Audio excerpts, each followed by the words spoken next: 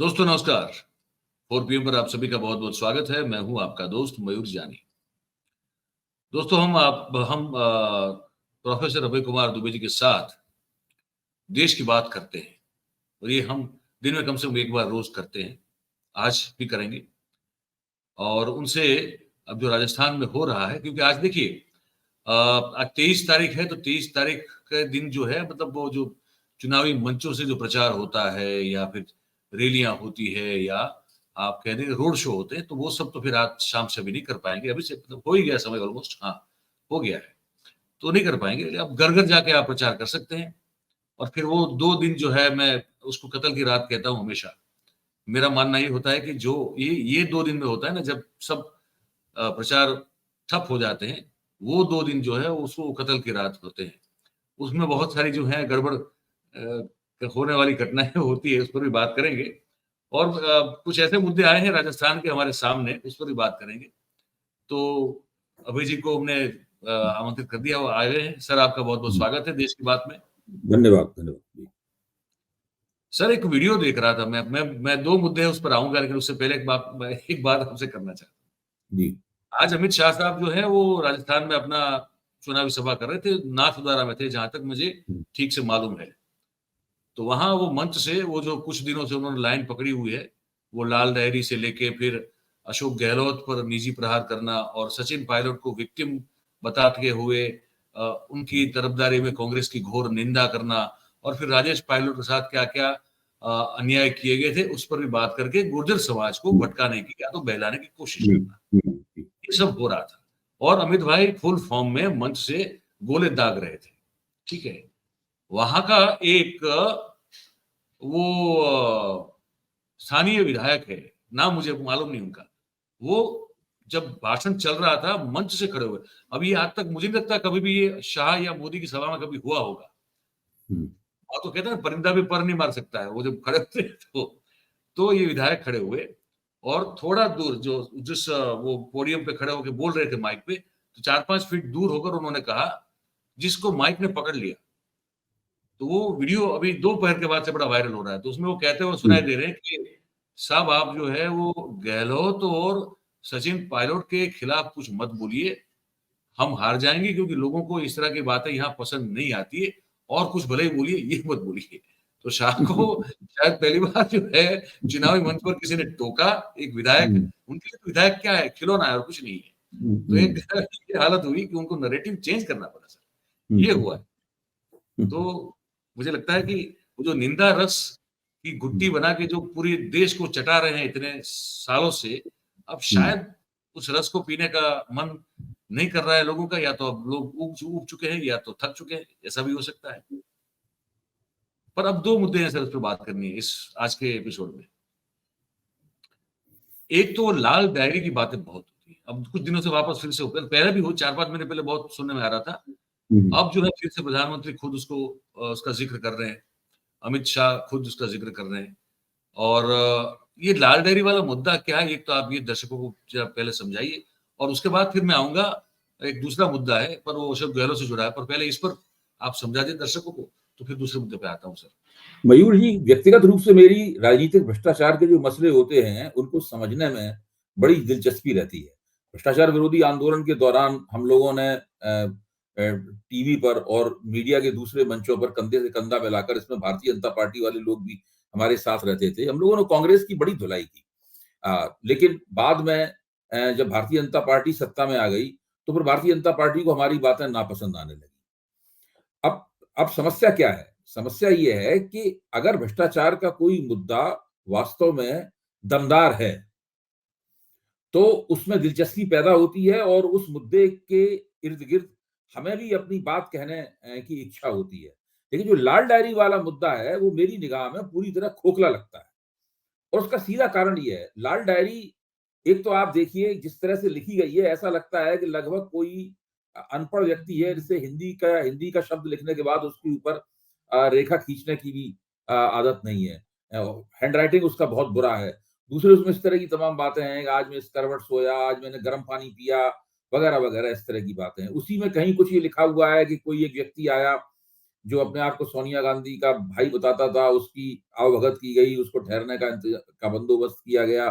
अच्छा, सोनिया गांधी का तो कोई भाई है नहीं, तो जो लाल डायरी को पेश करने वाले असंतुष्ट विधायक हैं, जिनको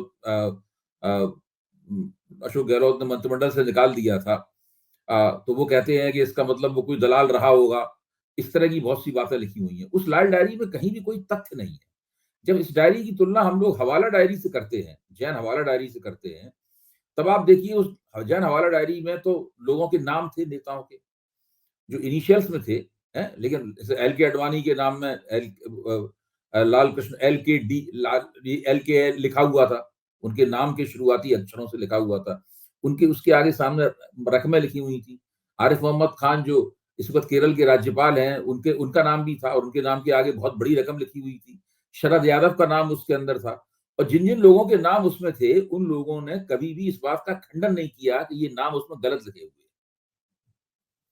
यहां तक कि तो ये और वो उससे बहुत सारे लोगों का कैरियर, राजनीतिक कैरियर पर भी विपरीत असर पड़ा हवाला जैन डायरी पे। तो वो एक मसला था जो कि राजनीतिक भ्रष्टाचार का स्पष्ट उदाहरण था। इसमें सब लोग कहीं ना कहीं फंसे हुए थे, कोई कम कोई ज्यादा। यहां तक कि कुछ नेताओं ने ये माना कि उन्हें रुपया मिला है, वो रुपया उन्होंने पार्टी फंड में दे दिया। लालकृष्ण अडवाणी ने रुपया कहा पार्टी फंड में दे दिया। शरद यादव ने कहा रुपया हमें मिला, लेकिन रुपया हमने पार्टी फंड में दे दिया। अब आप बोफर्स मुद्दे के ऊपर आइए, जो राजनीतिक भ्रष्टाचार का एक और उदाहरण है, जिसके ऊपर एक पूरी राजीव गांधी को पूर्ण बहुमत ही नहीं मिला, वीपी सिंह की सरकार बनी उस मुद्दे पर। उसमें करीब 1 साल तक लगातार, इससे ज्यादा समय तक उसमें एक मुहिम चलाई गई। जिस मुहिम के शीर्ष पर विश्वनाथ प्रताप सिंह थे और मीडिया का भी बहुत बड़ा प्रभावी हिस्सा उस मुहिम में विपक्ष का साथ दे रहा था। तो इतने लंबे अरसे तक मुहिम चलाई गई, उसमें जनता की साफ समझ में आता था कि बोफर्स तोपें खरीदी गई, उन तोपों की कीमत इतनी थी, लेकिन उसमें इतना ज्यादा कमीशन लिया गया और उस कमीशन का भंडाफोड़ भी स्वीडन से ही हुआ, जहां बोफर्स कंपनी, जहां की स्वीडन की कंपनी है। तो वो उसमें किकबैक लिए गए और किकबैक स्विट्जरलैंड के अकाउंट में जमा कराए गए। यहाँ तक कि वीपी सिंह जेब से एक पर्ची निकाल के दिखाते थे, वो कहते थे कि भाई इसमें वो उस बैंक अकाउंट का नंबर है, इसमें वो रुपया जमा किया गया है। तो उसमें जनता को बात समझ में आती थी और वो एक ऐसा मुद्दा लगता था जो कि काफी ठोस मुद्दा है और रक्षा सौदों में भ्रष्टाचार का मसला सीधे सीधे उससे जुड़ता था। अब ये लाल डायरी जो है, उसमें भारतीय जनता पार्टी को भी यकीन नहीं है कि ये एक मुद्दा है। इसीलिए पूरी चुनावी मुहिम में कभी वो लाल डायरी प्रकट होती है और कभी नहीं प्रकट होती है। बीच बीच में उसका नाम भी गायब हो जाता है। और अब प्रधानमंत्री नरेंद्र मोदी ने इसको अपने भाषणों में उठाया, तो इसका मतलब मोदी जी ने उस डायरी को पढ़ा होगा। तो उसके अंदर का एक कोई तथ्य है वो तो जनता को बताते। गृह मंत्री अमित शाह ने इस मुद्दे को उठाया, उन्होंने उसको पढ़ के ही उठाया होगा। उसके अंदर कोई एक तथ्य है, उसको बताते। तथ्य बताने का काम उन्होंने भारतीय जनता पार्टी, वो कांग्रेस के उस असंतुष्ट विधायक को दे रखा है, जिसको भ्रष्टाचार के ही इल्जाम में मंत्रिमंडल से निकाला गया। वो कोई तथ्य नहीं बताते, बस लाल डायरी कहते रहते हैं और लगातार उसके अंदर भी कोई निरंतरता नहीं है। नहीं, वो निरंतर, हाँ, वो भी बीच बीच में टूटता रहता है। तो उसको वो एक बहुत ही हल्के फुल्के सनसनी पैदा करने वाले एक उसके रूप में ले रहे हैं, एक मुद्दे के रूप में ले रहे हैं खुद भाजपा वालों को भी इस लाल डायरी की प्रामाणिकता और उसकी जो प्रभावकारिता है, यानी वोटरों पर असर डालने की क्षमता है, उसका पूरा यकीन नहीं है। इसलिए मुझे नहीं लगता कि इसका कोई भी असर राजस्थान के मतदाता के ऊपर पड़ेगा। जहां तक अशोक गहलोत और सचिन पायलट के बीच का जो संघर्ष है, जो कि एक लंबा संघर्ष चला, जो पार्टी के अंदर का संघर्ष है, जिसमें सचिन पायलट, मैं मानता हूं कि वो भाजपा में जाते जाते बचे, उसकी बात है, तो वो भी उसके आधार पर कोई वोटर कांग्रेस को वोट देने न देने के बारे में फैसला नहीं करेगा।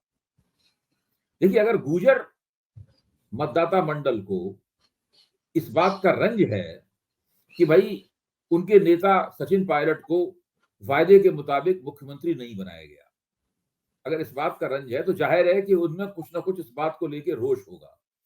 लेकिन हम देखते हैं कि जिस व्यक्ति को मुख्यमंत्री न बनाए जाने से उन्हें नाराजगी है, वो व्यक्ति तो इस वक्त जमकर कांग्रेस का प्रचार कर रहा है।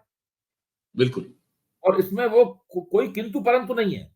नहीं, बिल्कुल अभी कल मैंने जिक्र भी किया था 4 PM के मंच पर आपके साथ कल की बातचीत में, उनका एक लंबा इंटरव्यू मैंने खुद सुना, जिसमें जी, मैंने भी सुना। तुकवार उन्होंने जितने भी आरोप लगते हैं, जो भी बातें कही जाती हैं, उन्होंने सबका जवाब दिया। जब पेपर लीक होने वाली बात उठाई गई तो उसमें भी साफ तौर पे ये उन्होंने कहा कि मैंने ये मुद्दा उठाया, लेकिन पार्टी आला कमान ने सरकार से बातचीत की और सरकार ने उसके ऊपर पेपर लीक ना होने पाए इसके लिए उन्होंने एक विधायी उपाय किया उसका। तो सही बात। ये चीज अगर गुर्जर मतदाताओं में कोई नाराजगी होगी तो मुझे नहीं लगता कि वो नाराजगी भी बहुत ज्यादा इस वक्त तक प्रभावी रह गई होगी। होता है, आपने हमारे नेता को नहीं मुख्यमंत्री बनाया और पहले अगर ऐसी कोई समझ दी गई थी घोषित रूप से कि इनको मुख्यमंत्री बनाया जाएगा, वो पार्टी के अध्यक्ष भी थे, तो व्यवहारिक रूप से नाराजगी होती है।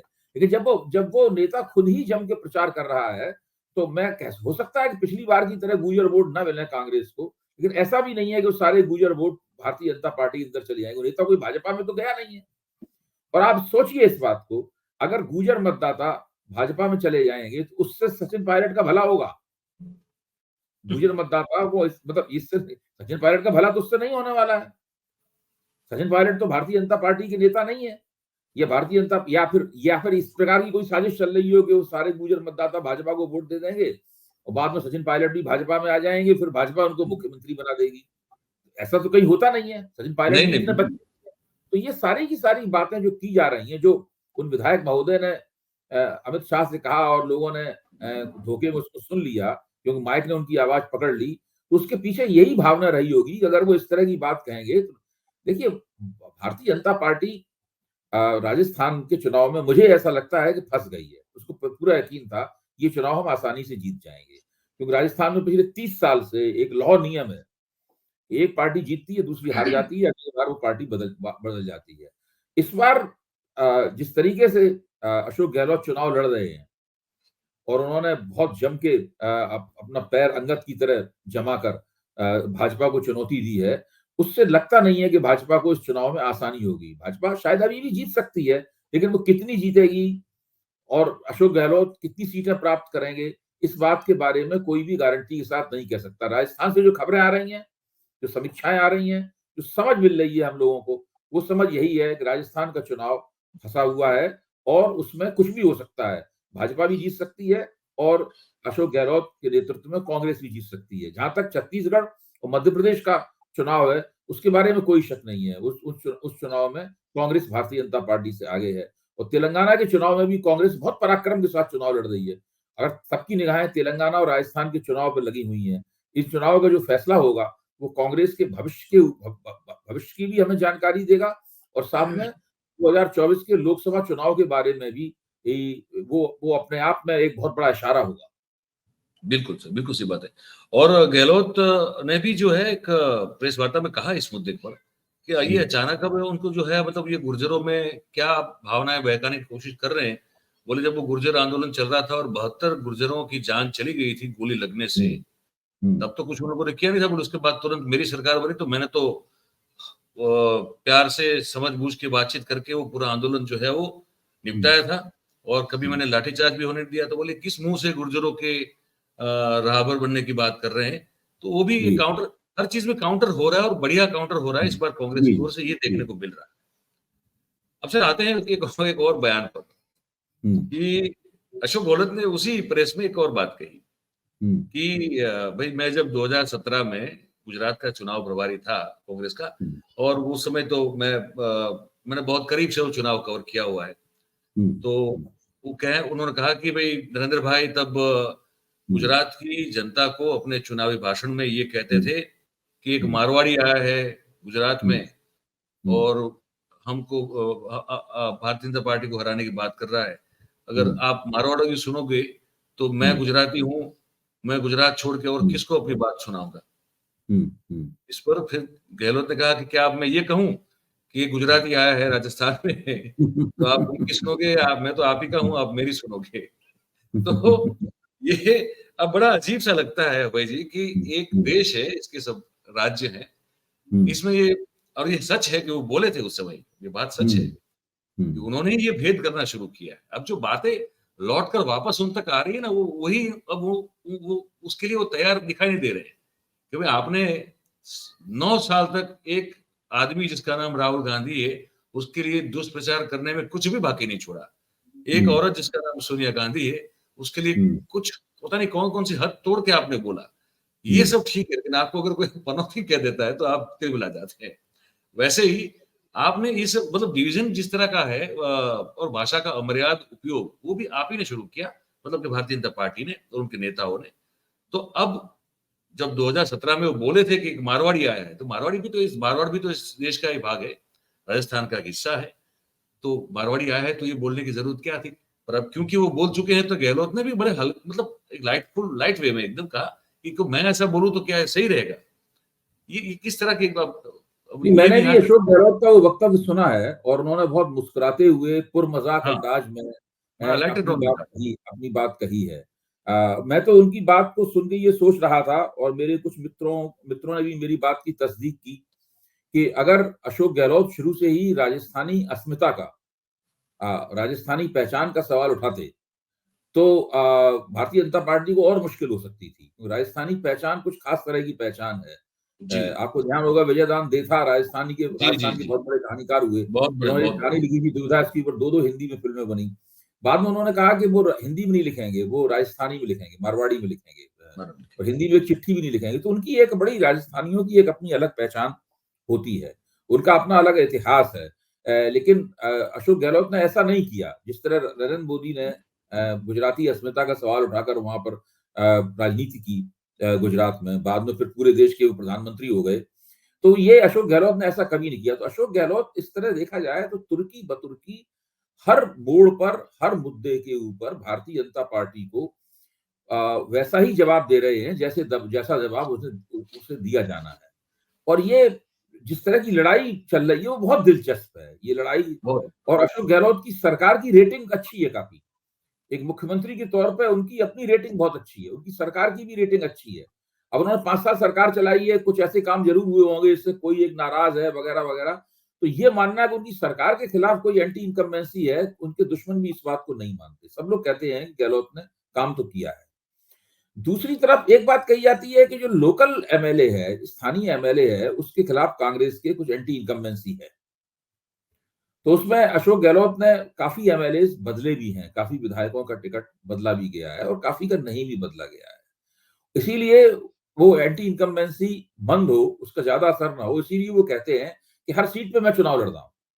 अशोक गहलोत का तर्क ये है राजस्थान में कि मैं हर सीट के ऊपर चुनाव लड़ रहा हूं। तो वो एक बहुत बेहतरीन किस्म की लड़ाई लड़ रहे हैं और उस लड़ाई में भारतीय जनता पार्टी भी पूरी कोशिश कर रही है कि किसी तरीके से इस चुनाव को अच्छी तरीके से निकाला जाए।